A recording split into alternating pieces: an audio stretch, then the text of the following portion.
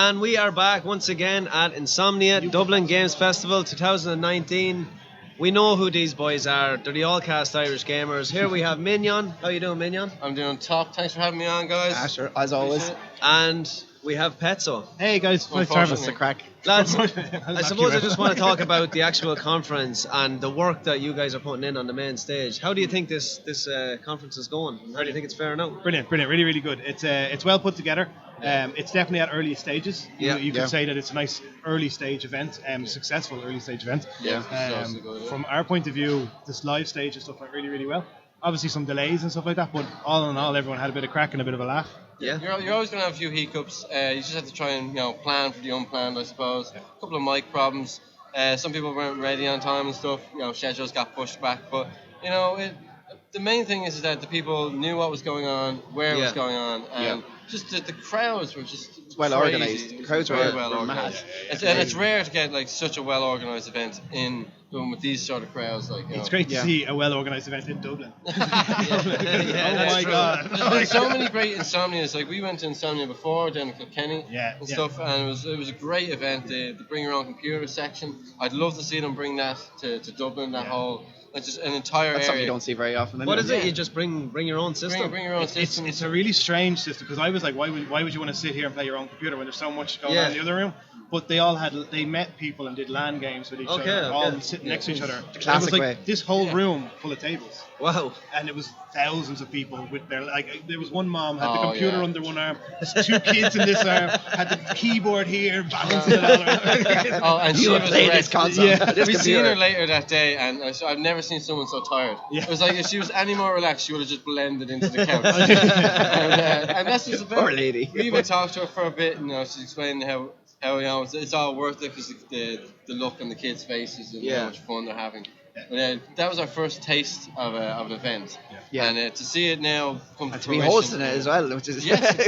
which is unreal. Here on the main stage. I think we're all coming up in the world, as you can see. Like we've got the best view in the house. You guys are doing the live stage. It's good, isn't it? And I think we've both grown together, the two of us. The Republic of Players and the AllCast, and it's great to see.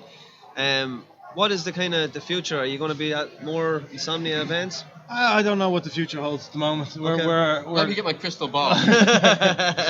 We're at that stage now where I suppose we're kind of thinking, is this a hobby now or is it a business? Can you turn it into something? I want it to stay a hobby. I don't want it to be a business. It's more relaxed and you can have more fun with it that way. If the guys were to come around and go we want to hire you to help us with social media, help us with the main event and the stages and stuff like that. We would gladly take away the suits and work at these events. You heard it here, lads. If you're watching. I'm just going to ring my boss real quick. The AllCast Mark's phone just starts ringing. Hoping some offers. But no, the AllCast stuff is great. Like as you guys know, it's like building a brand and stuff is fun. And while it's fun, I want to keep doing it. But when it's not fun, I don't want to do it anymore. It's one of those kind of things. At the moment, it's fun. It has its ups and downs. This year has a lot of ups and downs with it. Obviously Minyon's had a baby this year, so he's busier. I know. My hips just aren't the same. The back's gone. So things are hard. Like life is caught up with us. We're 35, I think, and I'm 34. You're 33. I'm 34 next month. So you know what I mean. We're old. We're busy. That's it. We're all getting there. Events are okay, boomer. Let's go, champ. So, in terms of you guys are doing a podcast now, that's I wonder where we got that idea from. Going very well. Are we dead? So you're working on a podcast. That's a weekly podcast called Geeks for Weeks. Geeks for Weeks. So every week we talk about, you guys talk about gaming, we talk about movies and TV shows. And I suppose it's kind of more pop culture. So we talk about things that we're interested in. The main basis of it is that we try and sell an idea to someone. So you were on it already. Yeah, I was on it. So you come on and you go, like we had Graham from Game Air who was brilliant. He was talking about anime. None of us watch anime, so he sold it. He was trying to change your mind on it. Yeah, and he did it. We actually went and watched. What was the one we watched? Hunter x Hunter, and it's actually really good. I never met Graham actually. I've talked to him. Really nice guy. He does come to some cons. I've met him once or twice. He's a nice fella. He couldn't make it today. I think he had something on, but definitely cool bloke. But we do Geeks Weeks every week. It started off with as Minyon was busier in life, so I did something with Lydia.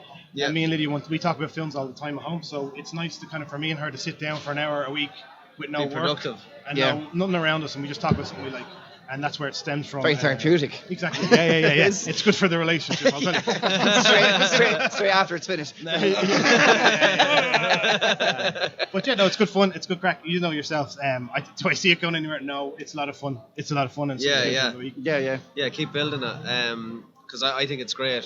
So in terms of like talking about the crowd here today, there is a lot of kind of parents with their kids, as we always see at these events. But do you think maybe in the future we're going to see more just a sprawl of everybody coming into these events? I don't know. I think this is a very much a family event. Yeah. I don't see people our age coming to these events. And like, what would you offer to make people of our age? Well, I like playing games. No, but you don't see. You got to entice them out of the house by saying, "Hey, we've got exclusives. Gamers love exclusives." Yeah.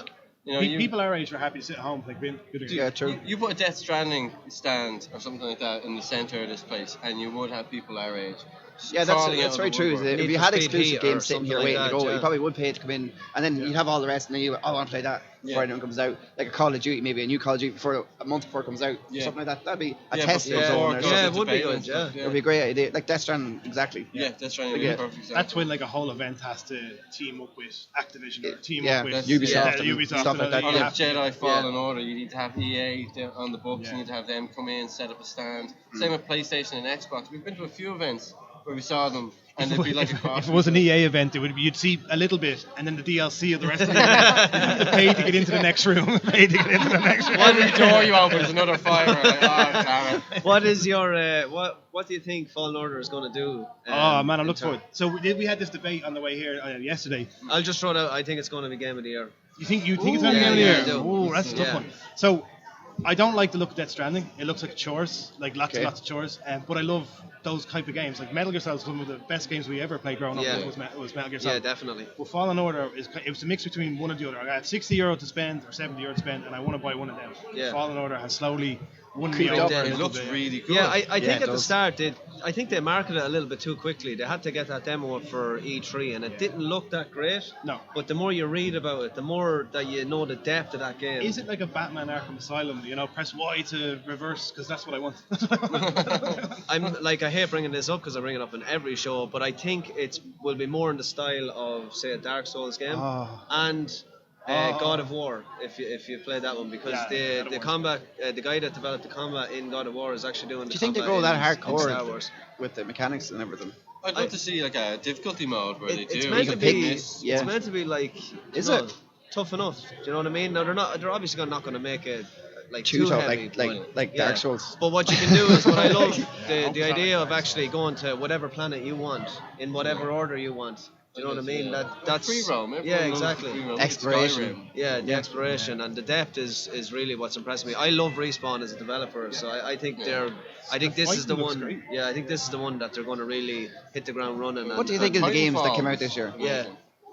Games that came out this year? Yeah. Oh God, Call of Duty's very good, and I don't like Call of Duty games. The hype for Red Dead died out pretty quickly. Yeah. Everyone was. Well, the online mode is not.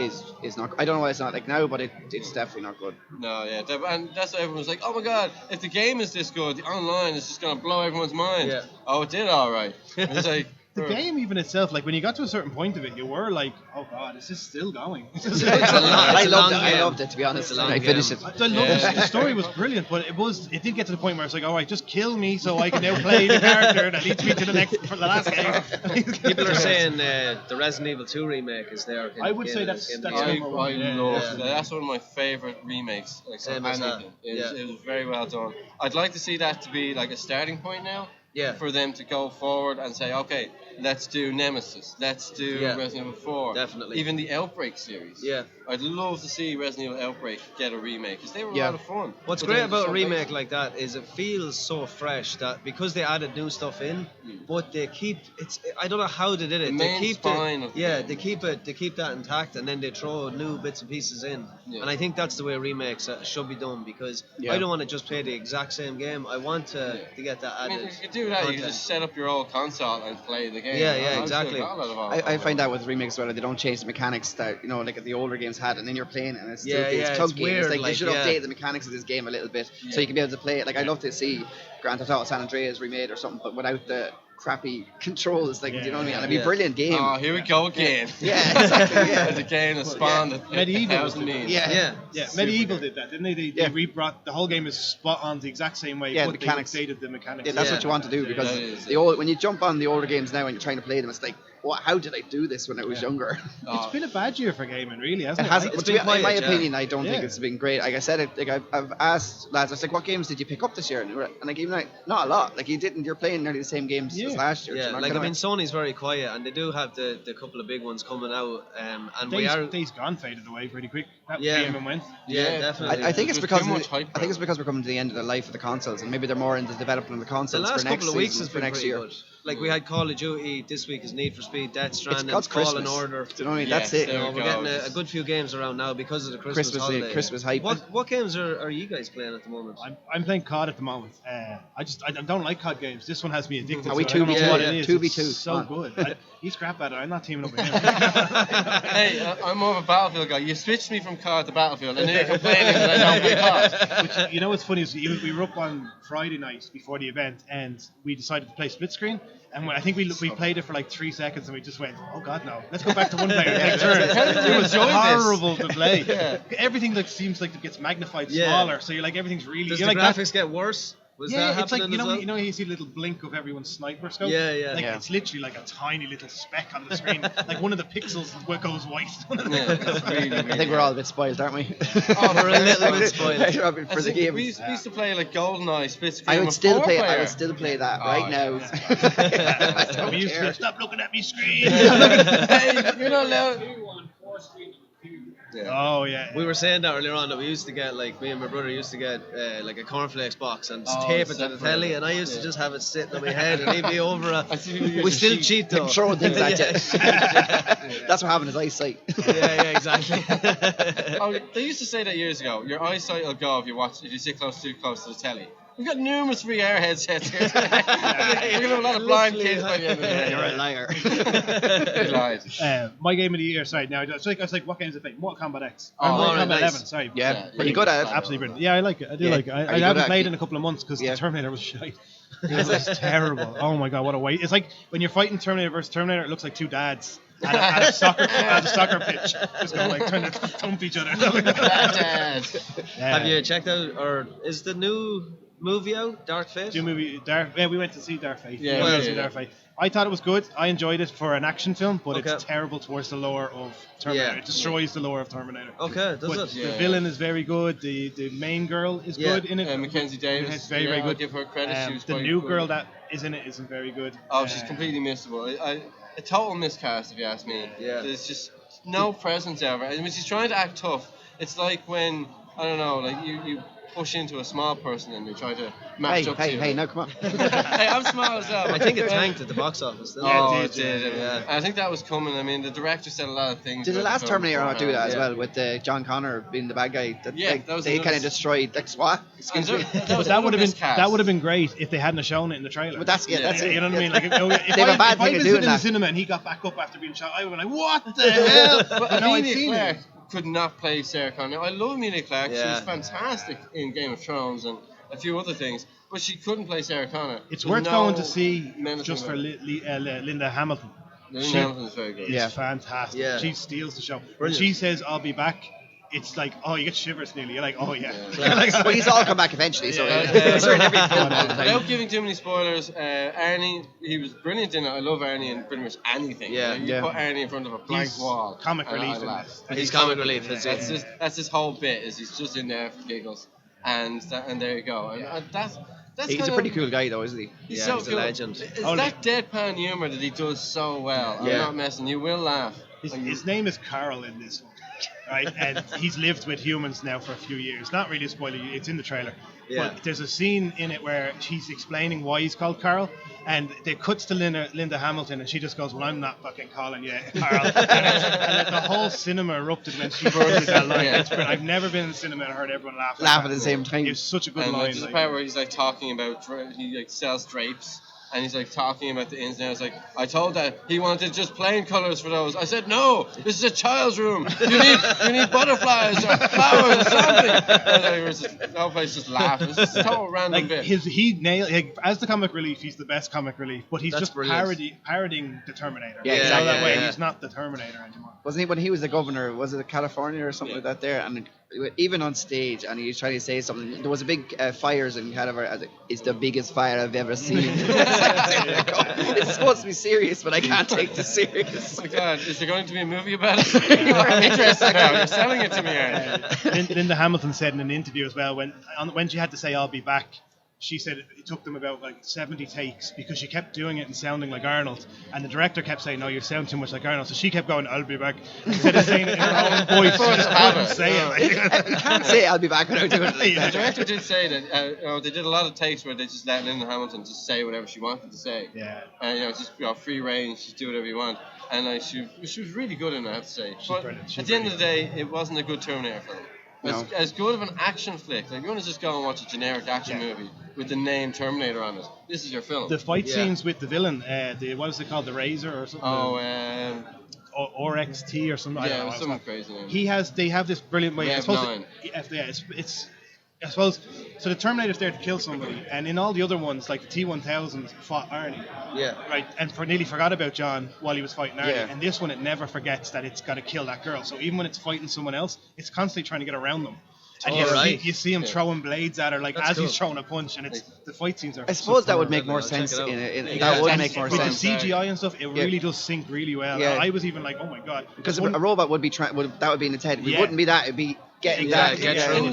There's a viciousness about him, Yeah. and that worked because in the trailers he just looked like a random. I don't know. He kind of just looked like the guy who owns the hardware store down the road. He didn't look like very. Shirt, You gotta watch out for that hardware store.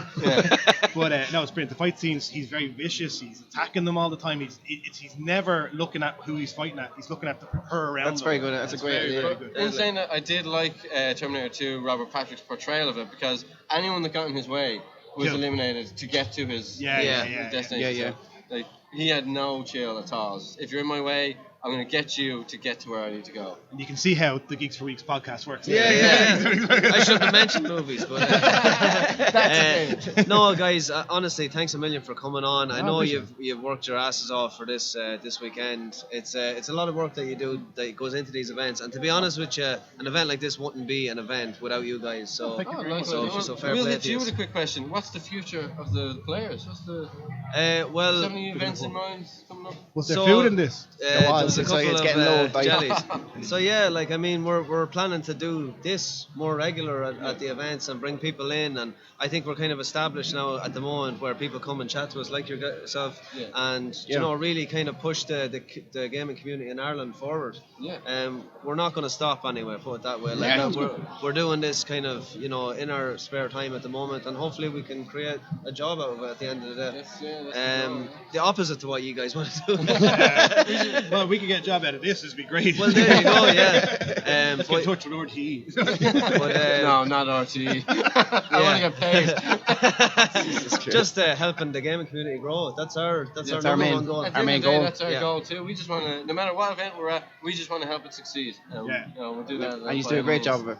Yeah, Do a great job. Thank you. Thanks I very think much. on that note, we're gonna end the weekend. From myself, Ronan Fox, the AllCast Irish Gamers. Thank you so much for joining us. Cheers, guys. Paddy, the main man toner. We've got Kim in the corner here doing sound for the weekend. Thank you so much, Kim. Thanks. To the other guys, John, Pat, Jack, all our guests that came on. Thanks so much. Thanks to Insomnia for having us. Yeah, thanks to Insomnia. Thanks, Insomnia. All the fans out there. This has been the Republic of Players podcast.